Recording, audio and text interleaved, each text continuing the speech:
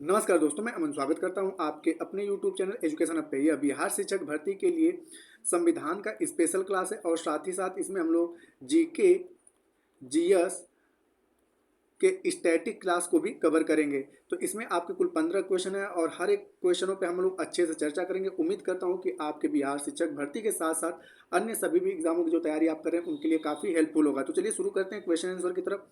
तो यहाँ पे पहला क्वेश्चन पूछा गया है कि भारत के संविधान की उद्देशिका के बारे में कौन सा कथन सही है। पहला कह रहा है कि उद्देशिका स्वयं न्यायालय में प्रवर्तनीय नहीं है। तो यहाँ पे पहला जो कह रहा है आपका वो कह रहा है कि उद्देशिका न्यायालय में स्वयं प्रवर्तनीय नहीं है। तो यह बिल्कुल आपका है कि यह उद्देशिका जो है न्यायालय में स्वयं प्रवर्तनीय नहीं है। दूसरा कह रहा है आपका कि उद्देशिका उन उद्देश्यों को बताती है जिन्हें संविधान स्थापित करना और आगे बढ़ाना चाहता था। यह भी स्टेटमेंट आपका सही है। और तीसरा कह रहा है उद्देशिका उन स्रोतों को इंगित करती है जहां से संविधान अपना प्राधिकार प्राप्त करता है। तो यह भी स्टेटमेंट बिल्कुल सही है। तो यहाँ पर तीनों के तीनों स्टेटमेंट आपके सही होते हैं कि उद्देशिका स्वयं न्यायालय में प्रवर्तनीय नहीं है और साथ ही साथ उद्देशिका उन उद्देश्यों को बताती है जिन्हें संविधान स्थापित करना और आगे बढ़ाना चाहता था। और तीसरा कह रहा है कि उद्देशिका उन स्रोतों को इंगित करती है जहां से संविधान अपना प्राधिकार प्राप्त करता था।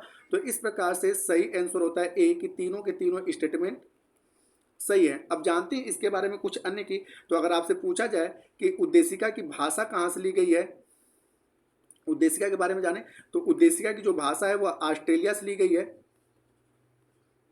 ऑस्ट्रेलिया के संविधान से लिया गया है। और 13 दिसंबर साल 1946 को जो संविधान सभा की तीसरी बैठक हुई थी, 13 दिसंबर साल 1946 को जवाहरलाल नेहरू ने संविधान सभा में उद्देश्य प्रस्ताव को पेश किया था। और 22 जनवरी साल 1947 को संविधान सभा द्वारा इसे संविधान के उद्देशिका के रूप में एडॉप्ट कर लिया गया। प्रस्तावना को संविधान के हृदय और आत्मा भी कहा जाता है और साथ ही साथ प्रस्तावना को संविधान का दर्शन कहा जाता है। और अभी तक जो प्रस्तावना में कुल एक बार संशोधन हुए हैं जो है आपका 42वां संविधान संशोधन 1976 में। तो इसको हम आगे क्वेश्चन के तहत कवर करेंगे। 42वां संविधान संशोधन 1976 के तहत अभी तक उद्देशिका में केवल एक बार संशोधन हुआ है। अब बढ़ते हैं अगले क्वेश्चन की तरफ।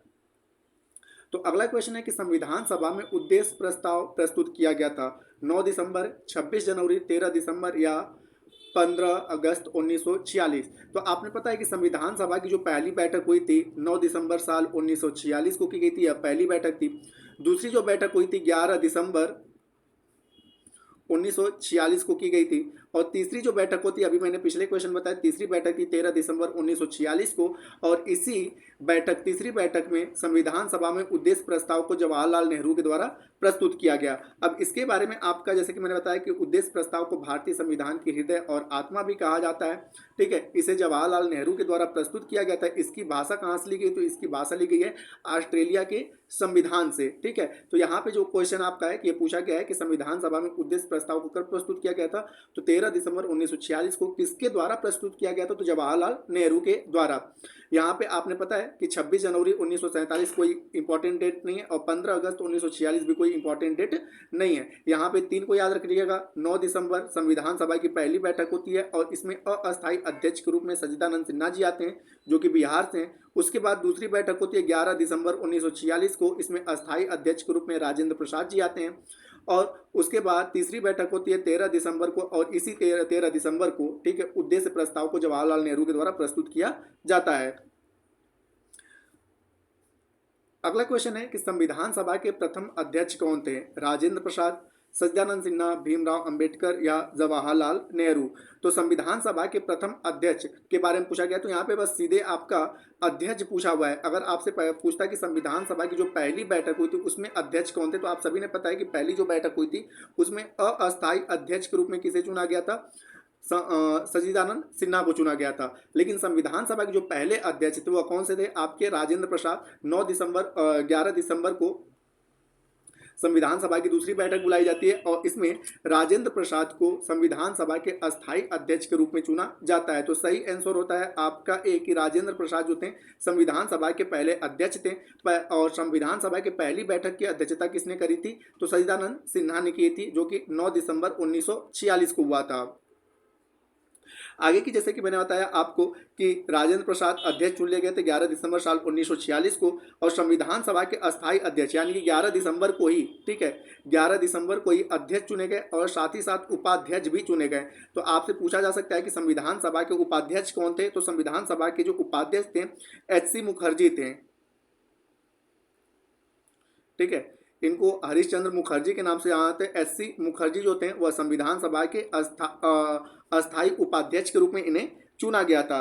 और भीमराव अंबेडकर की अगर बारे में बात करें, ड्राफ्टिंग कमेटी कह लें या मसौदा समिति कह लें या प्रारूप समिति कह लें, इनके अध्यक्ष भीमराव अंबेडकर थे।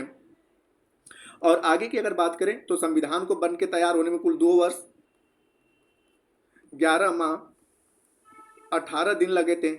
और एक विदेशी आते हैं जिनका नाम होता है आइवर जेनिंगसन। कई बार पूछा जाता है कि भारतीय संविधान को वकीलों का स्वर्ग किसने कहा है? वकीलों का स्वर्ग। तो आइवर जेनिंगसन ने भारतीय संविधान को वकीलों के स्वर्ग के नाम की उपमा दी है। अब बढ़ते हैं अगले क्वेश्चन की तरफ। तो अगला क्वेश्चन है कि किस भारतीय परिषद अधिनियम द्वारा भारतीय ब्रिटिश सरकार द्वारा सांप्रदायिक निर्वाचन प्रणाली जो है प्रारंभ की गई थी? तो 1892 के द्वारा या 1878 के द्वारा या 1819 के द्वारा या 1909 के द्वारा? तो यहाँ पर सही आंसर होता है आपका कि 1909 के द्वारा जो है भारत में सांप्रदायिक निर्वाचन प्रणाली की शुरुआत की गई थी। सही आंसर होता है डी। इसे भारत परिषद अधिनियम 1909 या मार्ले मिंटो सुधार के नाम से जाना जाता है। Morley Minto.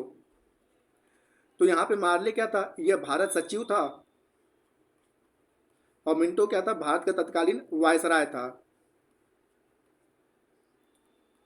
और इसी अधिनियम को लेकर मिंटो ने यह चीज कहा था कि हम भारत में नाग के दांत बो रहे हैं, हम भारत में नाग के दांत बो रहे हैं, जिसका आगे चलकर फल क्या होगा? काफी भीषण होगा। तो आज भी हम देख रहे हैं कि इसी सांप्रदायिक निर्वाचन प्रणाली के कारण हिंदू मुस्लिम क्या हुए? अलग हुए, और उसका परिणाम हमें आज भी देखने को मिल रहा है। तो इसीलिए मिंटो को भारत में सांप्रदायिक निर्वाचन प्रणाली का क्या कहा जाता है? जनक कहा जाता है। दायिक निर्वाचन प्रणाली का जनक का जनक किसे? तो आपसे पूछा है तो यह मिंटो को ही भारत में सांप्रदायिक निर्वाचन प्रणाली का जनक के नाम से भी जाना जाता है। इसमें क्या था कि मुसलमानों को पृथक निर्वाचन का अधिकार देना था। साथ ही साथ आपको बताते चलिए कि भारत शासन अधिनियम 1919 को, ठीक है, मॉन्टेग्यू चेम्सफोर्ड सुधार के नाम से जाना जाता है। मॉन्टेग्यू चेम्सफोर्ड सुधार के नाम से। मॉन्टेग्यू कौन था? तो उस समय भारत सचिव था मॉन्टेग्यू। और चेम्सफोर्ड कौन था? तो उस समय भारत का तत्कालीन वायसराय था। ठीक है, तो 1919 को मॉन्टेग्यू चेम्सफोर्ड सुधार के नाम से जाना जाता है। 1909 को मार्ले मिंटो सुधार के नाम से जाना जाता है। इसी में सांप्रदायिक निर्वाचन प्रणाली की बीज बोई गई थी। इसी समय मिंटो ने कहा था कि हम भारत में विष के दांत बो रहे हैं, जिसका आगे चल के फल भीषण होगा, जिसका भुगतान हम आज भी देखने को हमें मिलता है। हिंदू मुस्लिम आपस में लड़ते रहते हैं, तो ये वहीं से बोया गया बीज था और यह बिल पारित हुआ था साल 1909 में। अगले क्वेश्चन की तरफ बढ़ते हैं। यहाँ पर अगला क्वेश्चन है, निम्नलिखित में से क्या भारत का नागरिक बनने के लिए आवश्यक नहीं है? वंशानुक्रम, जन्म, अधिगृहित संपत्ति या देशीकरण? तो यहाँ पर सही ऑप्शन होता है आपका सी, कि आप अधिगृहित संपत्ति के द्वारा भारत का नागरिक नहीं बन सकते हैं। तो सही आंसर होता है आपका सी। अब यहाँ पे जानते हैं कि भारतीय संविधान में कुल 22 भाग हैं और 22 भाग का जो भाग 2 है उसका संबंध किसका है? तो नागरिकता से है। और इसका अनुच्छेद जो है वह 5 से 11, ठीक है, अनुच्छेद जो है 5 से 11 तक है। और इसमें अगर बात करें कि भारतीय नागरिकता अधिनियम जो होता है वह निम्न में 5 प्रकार से, नागरिकता अधिनियम जो है 1955 जो है वह भारत में 5 प्रकार से लोगों को नागरिक बनने का अधिकार देता है। पहला है आपका जन्म के आधार पर। दूसरा जो है वह है आपका वंश के आधार पर। तीसरा जो है वह है पंजीकरण के द्वारा। चौथा है आपका देशीकरण के द्वारा। और पांचवा है भारत के राज्य क्षेत्र में मिलने से। ठीक है, अगर भारत किसी राज्य क्षेत्र को मिला लेता है, राज्य क्षेत्र को मिला लेता है। तो इसके द्वारा ये 5 तरीकों से आपको नागरिकता प्रदान की जा सकती है।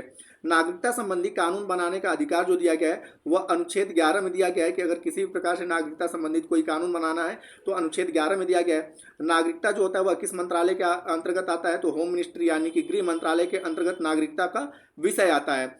और साल 2019 में जो रिसेंट का है, तो साल 2019 में पाकिस्तान, बांग्लादेश, पाक था, बांग्लादेश था और अफगानिस्तान था।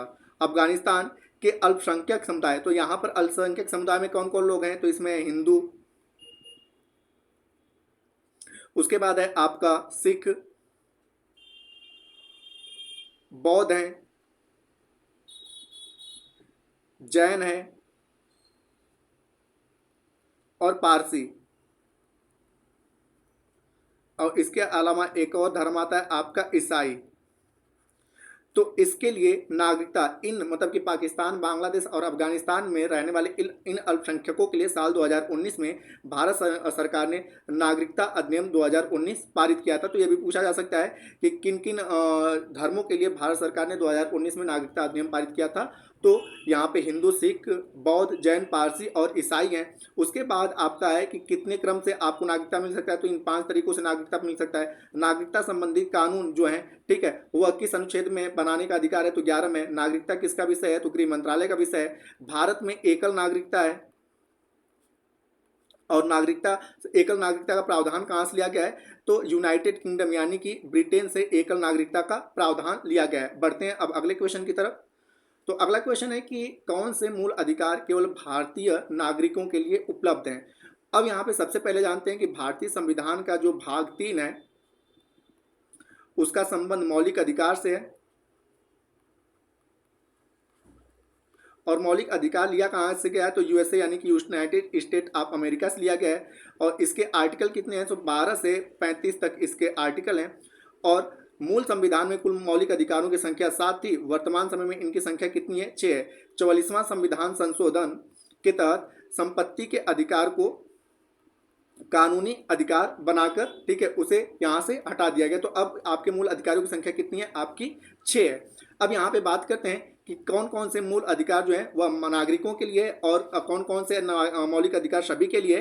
तो यहाँ पे है कि आर्टिकल 15, 16, 19, 29 और 30, ठीक है। अनुच्छेद 15, 16, 19, 29 और 30 जो है यह केवल भारत के नागरिकों के लिए, ठीक है, यह केवल भारत के नागरिकों के लिए है,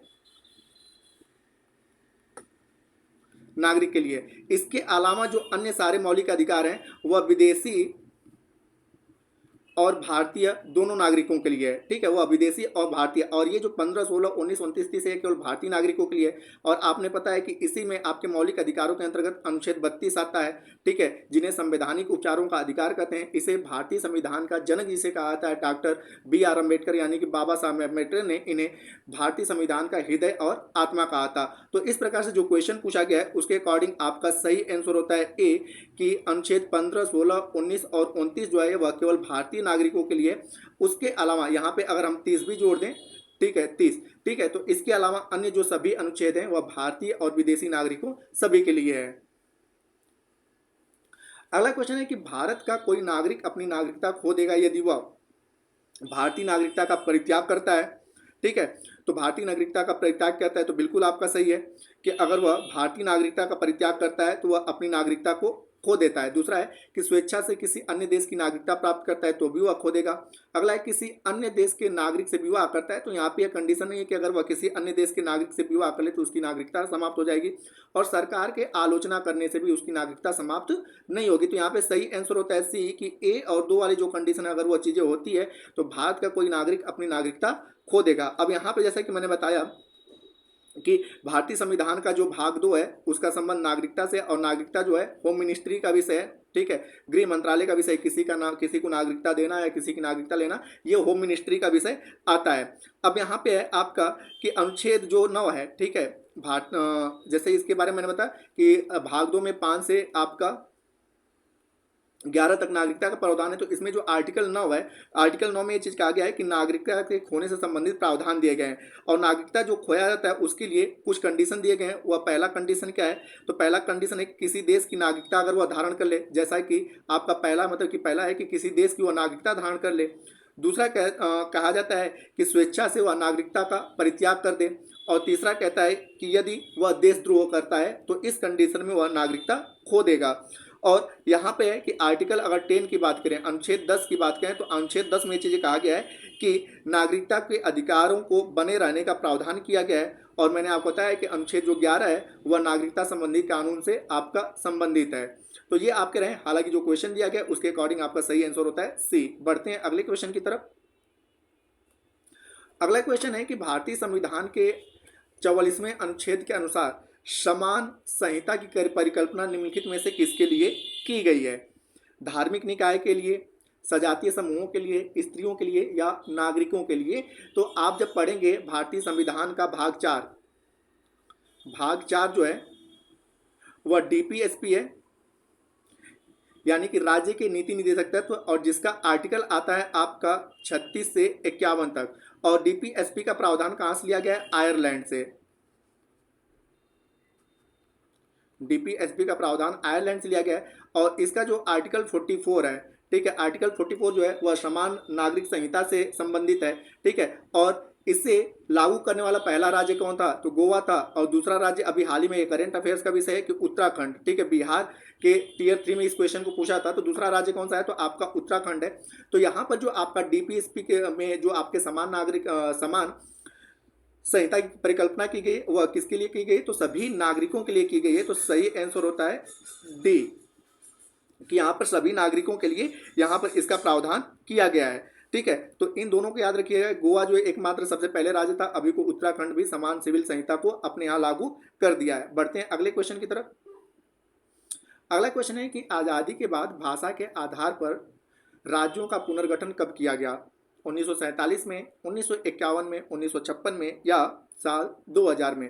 तो आज़ादी के बाद जो भाषाओं का पहला मतलब कि भाषाओं के आधार पर राज्यों का पुनर्गठन किया गया था, ठीक है, साल 1956 में किया गया था। तो सही आंसर होता है आपका सी। अब जानते हैं यहाँ पर कि 1 नवंबर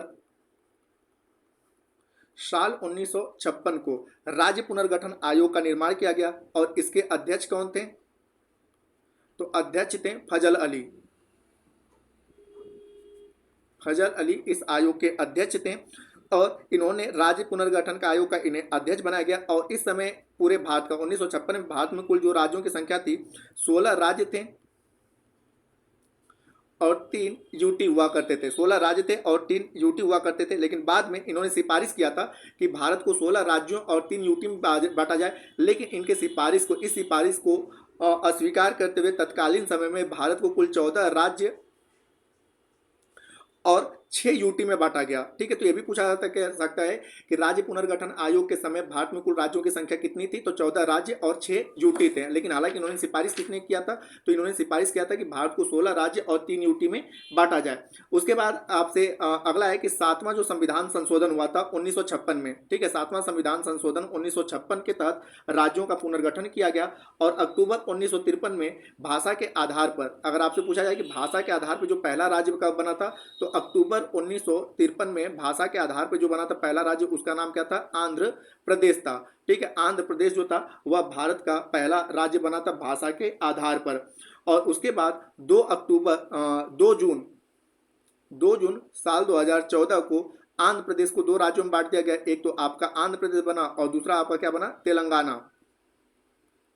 तेलंगाना। और वर्तमान समय भारतीय संघ में कुल कितने राज्य हैं? तो भारतीय संघ में कुल 28 राज्य और 8 केंद्र शासित प्रदेश है। तो इसको भी आप लोग याद रखिएगा, 28 राज्य और 8 केंद्र शासित प्रदेश। अब बढ़ते हैं अगले क्वेश्चन की तरफ।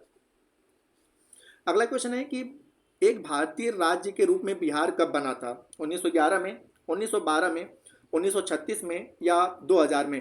तो यहाँ पर आपने पता होगा कि पढ़े होंगे 1912, लेकिन जो आपका टियर 2 का एग्जाम हुआ तो उसमें, ठीक है, बच्चों ने कंप्लेन किया क्योंकि बिहार जो वास्तव में अस्तित्व में आया था साल 1936 में आया था।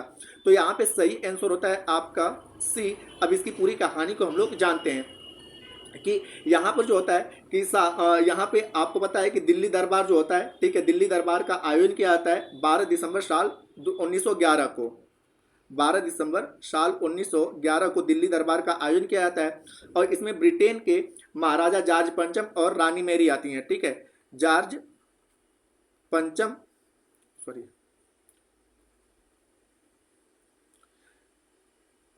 जॉर्ज पंचम और इनकी पत्नी रानी मैरी आती हैं। दिल्ली दरबार में इनका भव्य स्वागत होता है। उसके बाद इसी समय यह प्रस्ताव पेश किए कि बिहार को बंगाल से अलग किया जाए। ठीक है, तो यहाँ पे बिहार प्लस उड़ीसा, उड़ीसा एक अलग राज्य बने साल 1912 में। और इनको किससे अलग किया गया? तो इनसे अलग किया गया था बंगाल से। ठीक है, लेकिन यहाँ पे पूछा गया है कि बिहार अस्तित्व में कब आया, तो यहाँ पे इस समय की जो बातें हैं कि यह 22 मार्च साल 1912 को, 22 मार्च साल 1912 को बिहार से मतलब बंगाल से बिहार और उड़ीसा को अलग एक राज्य का दर्जा दे दिया गया, इसलिए 22 मार्च को बिहार दिवस के रूप में मनाया जाता है। लेकिन स्वतंत्र रूप से बिहार अस्तित्व में कब आया? तो 1 अप्रैल 1936 को, 1 अप्रैल 1936 को बंगाल यहां पर जो उड़ीसा है, ठीक है, बिहार से उड़ीसा को अलग कर दिया गया, बिहार से उड़ीसा को अलग कर दिया गया। तो इस प्रकार से जो बिहार एक स्वतंत्र राज्य के रूप में अस्तित्व में आया, वह कब आया? साल 1936 में आया। तो इसीलिए आयोग ने किसको सही माना? 1936 को। तो ये आपका पूरा सिनेरियो रहा। और आपने पता है कि पुनः 15 नवंबर साल 2000 को बिहार से एक अलग राज्य बनता है और उसका नाम आता है आपका झारखंड। ठीक है, तो 15 नवंबर को बिहार का फिर से पुनर्गठन हुआ और एक नया राज्य अस्तित्व में आया, झारखंड। तो ये पूरा सिनेरियो है। हालांकि आप 1936 को याद रखिएगा। बिहार को बंगाल से कब अलग किया गया? तो साल 1912 कहेंगे। और बिहार एक स्वतंत्र राज्य के अस्तित्व में कब आया? तो साल 1936। और बिहार से इकट्ठ कर कब बना? 15 नवंबर साल 2000 को झारखंड। अब बढ़ते हैं अगले क्वेश्चन की तरफ। तो अगला क्वेश्चन है कि भारतीय संविधान में मूल कर्तव्य को किस समिति की सिफारिश पर जोड़ा गया? सरदार स्वर्ण सिंह समिति, नरसिंह समिति, महालनोबिस समिति या बलवंत राय मेहता समिति? तो यहां पर सही आंसर होता है आपका कि भारतीय संविधान में मूल कर्तव्य को जो जोड़ा गया था, सरदार स्वर्ण सिंह समिति के अनुशंसा पर जोड़ा गया था। तो सही आंसर होता है आपका ए। अब यहां पर जानते हैं कि मौलिक कर्तव्य को कब जोड़ा गया था? तो 42वां संविधान संशोधन 1976 के तहत जोड़ा गया था। और इसके तहत भारतीय संविधान में एक नया भाग जोड़ा गया था, भाग 4 क। और इसका आर्टिकल क्या रखा गया? तो इसका आर्टिकल था आपका 51 क। ठीक है, मौलिक कर्तव्यों का आर्टिकल है। अब यहां पे आपका है कि मौलिक कर्तव्यों का, और आपसे अगर पूछा जाए कि मौलिक कर्तव्य को किस देश के संविधान से, इसका विचार किस देश से, तो रूस से लिया गया है। ठीक है, मौलिक कर्तव्य को किस देश से के संविधान से लिया गया है? तो रूस के संविधान से लिया गया है। और 86वां संविधान संशोधन 2002 के तहत इसमें क्या जोड़ा गया था? शिक्षा के अधिकार को जोड़ा गया था। 86वां संविधान संशोधन 2002 के तहत इसमें, ठीक है, शिक्षा RTE को जोड़ा गया था, राइट टू एजुकेशन को भी जोड़ा गया था। तो इस प्रकार से आपका मौलिक अधिकार है। अब अन्य समितियों के बारे में अगर यहाँ बात किया जाए तो नर्सिंग समिति जो दिया गया है, नर्सिंग समिति का संबंध किससे है? तो बैंकिंग सुधार से है। महालनोबिस समिति की अगर बात करें तो महालनोबिस समिति तो इन्होंने राष्ट्रीय आय समिति, भारत का पहला राष्ट्रीय आय समिति कब बनाया गया था? साल 1949 में बनाया गया था, उसके अध्यक्ष थे। तो इनका संबंध राष्ट्रीय आय समिति से है। और बलवंत राय मेहता, तो आप सभी ने पता है कि पंचायती राज से किसका संबंध है? तो बलवंत राय मेहता का है। अब बढ़ते हैं अगले क्वेश्चन की तरफ। तो अगला क्वेश्चन है कि संविधान सभा के सदस्यों द्वारा संविधान पर हस्ताक्षर कब किया गया था? क्वेश्चन है 26 नवंबर 1949 को, 26 जनवरी 1950 को, 22 जुलाई 1947 को या 24 जनवरी 1950 को? तो संविधान सभा की जो अंतिम और 12वीं बैठक हुई थी वह हुई थी आपकी 24 जनवरी 1950 को और इसी दिन संविधान सभा के सदस्यों के द्वारा हस्ताक्षर किया गया। तो सही आंसर होता है आपका डी। अब जानते हैं इसके बारे में कि संविधान सभा की आपने पता है कि पहली बैठक 9 दिसंबर 1946 को हुई थी, 1946 को। और इसकी अंतिम बैठक होती है 24 जनवरी 1950 को। ठीक है, इसकी अंतिम बैठक होती है 24 जनवरी 1950 को। और संविधान सभा के बाद जो है, देश के विभाजन के बाद संविधान सभा में कुल सदस्यों की संख्या जो बच गई थी वह कितनी बच गई थी? तो 299 हो गई थी। ठीक है। और इसी दिन 26 जनवरी को क्या 24 जनवरी को क्या किया गया, तो 24 जनवरी को, ठीक है, उत्तर प्रदेश, अरे यूनाइटेड प्रोविंस का नाम बदल कर क्या कर दिया गया, उत्तर प्रदेश कर दिया गया। ठीक है। इसी दिन राष्ट्रगान और राष्ट्रगीत को अपनाया गया। इसी दिन भारत के पहले राष्ट्रपति के रूप में चुने गए थे राजेंद्र प्रसाद। और इसी दिन संविधान सभा के सदस्यों के द्वारा संविधान पर अंतिम हस्ताक्षर किया गया था। अब बढ़ते हैं अगले क्वेश्चन की तरफ। अगला क्वेश्चन है कि इनमें से कौन सा सुमेलित नहीं है। तो पहला कह रहा है आपका संघीय संविधान समिति जवाहरलाल नेहरू, तो बिल्कुल सही है कि संघ संविधान समिति के अध्यक्ष जो थे वह जवाहरलाल नेहरू थे। दूसरा है प्रारूप समिति के अध्यक्ष भीमराव अंबेडकर थे, यह भी सही है। संचालन समिति के अध्यक्ष के एम मुंशी, तो यहाँ पे गलत है क्योंकि संचालन समिति के अध्यक्ष जो थे वह डॉक्टर राजेंद्र प्रसाद जी थे, यानी कि भारत के पहले राष्ट्रपति जो कि जिनका संबंध बिहार से है। और राज्य के लिए एक समिति जो बनाया गया तो उसके अध्यक्ष जवाहरलाल नेहरू थे। तो यहाँ पर सही ऑप्शन होता है आपका सी, कि सी वाला जो है सही सुमेलित नहीं है, बाकी सभी के सभी सुमेलित हैं। बढ़ते हैं अगले क्वेश्चन की तरफ। तो अगला क्वेश्चन है कि किसी संगठन के सदस्यों को किस आधार पर एकत्रित होने से वंचित किया जा सकता है। पहला कह रहा है कि राष्ट्र की एकता एवं संप्रभुता। ठीक है। तो अगर कोई भी संगठन के सदस्य, ठीक है, इकट्ठा होते हैं और जिसके कारण राष्ट्र की एकता और संप्रभुता नष्ट होती है तो उस चीज को वह क्या किया जा सकता है, समाप्त किया जा सकता है, उनको एकत्रित होने से वंचित किया जा सकता है। लेकिन अगर वह सार्वजनिक सम्मेलन बुलाएं जिसे राष्ट्र की एकता और संप्रभुता पे कोई खतरा ना हो तो कोई दिक्कत नहीं है। सार्वजनिक जुलूस निकालें जिसमें हथियार ना हो तो कोई दिक्कत नहीं है। निरायुध सम्मेलन करें यानी कि बिना युद्ध किए बिना हथियार लिए सम्मेलन करें तो इससे कोई दिक्कत नहीं है। लेकिन अगर राष्ट्रीय एकता और संप्रभुता पे कोई किसी प्रकार की आंच आती है तो उन्हें एकत्रित होने से, ठीक है, रोका जा सकता है। तो सही आंसर होता है आपका ए, कि ए के अकॉर्डिंग अगर कोई भी सम्मेलन या जुलूस किया जा सकता है तो उसे रोका जा सकता है। और इसकी व्याख्या जो है भारतीय संविधान के आर्टिकल 19 में किया गया है। और आर्टिकल 19 में आपका स्वतंत्रता का अधिकार है और इसमें 6 प्रकार के अधिकार दिए गए हैं। ठीक है। तो 6 प्रकार के अधिकार में ये चीज कहा गया है कि अगर आपके किसी भी प्रकार के स्वतंत्रता के कारण राष्ट्र की एकता और संप्रभुता पे आंच आती है तो उस चीज को समाप्त तुरंत कर दिया जाएगा। इस सेशन का जो अंतिम क्वेश्चन है उस पर बढ़ते हैं। तो इस सेशन का जो अंतिम क्वेश्चन है कि संविधान की उद्देशिका में किस मौलिक अधिकार का वर्णन नहीं है। आर्थिक स्वतंत्रता का, विचार की स्वतंत्रता का, विश्वास की स्वतंत्रता का, या अभिव्यक्ति की स्वतंत्रता का। तो जब आप संविधान की उद्देशिका को पढ़ते हैं तो इसमें आर्थिक स्वतंत्रता का वर्णन नहीं है, तो सही आंसर होता है आपका ए। अब यहाँ पे जानते हैं कि भारतीय संविधान की जो उद्देशिका है मैंने बताया था इसकी भाषा ऑस्ट्रेलिया के संविधान से लिया गया है।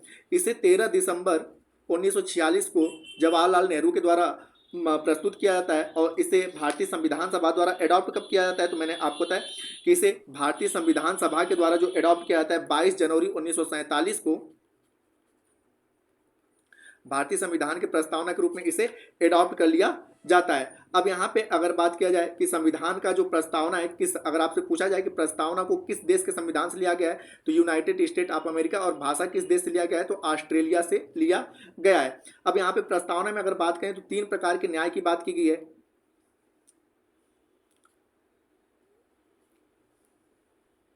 न्याय जो है वह 3 प्रकार का है। ठीक है। और 5 प्रकार के स्वतंत्रता की बातें की गई हैं। स्वतंत्रता कितने प्रकार के, 5 प्रकार की स्वतंत्रता, और 2 प्रकार के समानता का उल्लेख किया गया है। तो प्रस्तावना में विचार, अभिव्यक्ति, विश्वास, धर्म और उपासना की स्वतंत्रता है। तो स्वतंत्रता कितने प्रकार की है, 5 प्रकार की। उसमें कौन कौन से, आपका विश्वास है, विचार है, अभिव्यक्ति है, धर्म है और उपासना की स्वतंत्रता है। और प्रस्तावना में जो है समानता, तो 2 प्रकार की समानता की बात की गई है। वो समानता कौन है, प्रतिष्ठा और अवसर की समानता का उल्लेख किया गया है। और न्याय कितने प्रकार की, 3 प्रकार का, तो सामाजिक, राजनैतिक और आपका आर्थिक। सामाजिक, राजनीतिक और आर्थिक न्याय की बातें की गई है। तो यहाँ पे जो क्वेश्चन पूछा गया उसके अकॉर्डिंग सही आंसर होता है आपका है। तो दोस्तों ये थे आज का 15 क्वेश्चन जो कि संविधान से आधारित रहा, और साथ ही साथ इसमें जीके और जीएस के स्टैटिक क्वेश्चन भी रहे। और साथ ही साथ अगर आप बीपीएससी शिक्षक भर्ती के लिए तैयारी कर रहे हैं तो उसके लिए आपका जो पॉलिटिकल वाला सेशन है उसके लिए काफ़ी इंपॉर्टेंट हो सकता है। तो अगर आपको वीडियो अच्छा लगा हो तो वीडियो को लाइक करें, कमेंट करें तथा अपने दोस्तों के साथ शेयर करें, और चैनल पर नए तो चैनल को सब्सक्राइब अवश्य करें। और इस पीडीएफ के लिए आप हमारे टेलीग्राम से जुड़ सकते हैं जिसका लिंक वीडियो के डिस्क्रिप्शन में दिया हुआ है। तो वीडियो के अंत तक बने रहने के लिए धन्यवाद। मिलते हैं जल्दी नेक्स्ट वीडियो में।